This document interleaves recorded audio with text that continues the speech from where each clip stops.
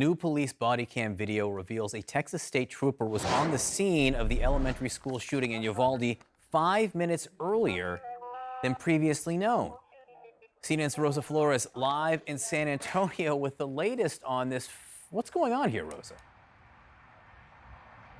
Well, you know, John, this is significant because until now, Texas DPS has really just pointed the finger at the locals, saying that the law enforcement response was an abject failure. So let me take you through this, because according to the timelines released by Texas DPS and also testimony by Colonel McCraw, the shooter entered that school at 11:33 a.m. and that the first Texas DPS trooper entered the hallway at 11:42. That's 9 minutes after that shooter entered. Well, this new body camera footage, what it shows is an officer walking towards the west entrance, and that's the same entrance that the shooter entered.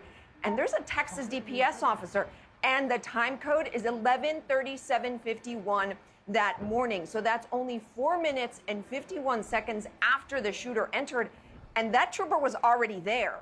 It's unclear exactly when he actually arrived on scene, but I did go back to the testimony by Colonel McCraw that he gave before the Senate last month, and he stated that that particular trooper drove the school police officer that was part of the initial response. And if you look at the surveillance video, that school police officer first comes into frame in that surveillance hallway video at 11:36:18.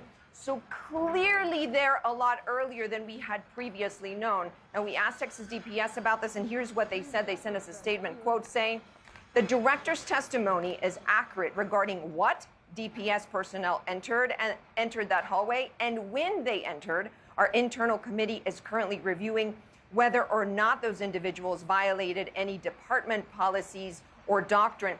And in the strongest statement released yet to CNN, the district attorney, the DA, telling CNN that that she will not hesitate to indict, to criminally charge any law enforcement officer if the law allows. So being very clear there, John, but she's also being very forceful, saying that she's not going to hesitate to criminally charge anyone if the law allows her to do so. John. Look, at this stage, they shouldn't be splitting hairs or parsing language about who showed up when. This should be a timeline that should be clear to everyone. Rosa Flores, thank you so much for your continued reporting. Keep on pressing.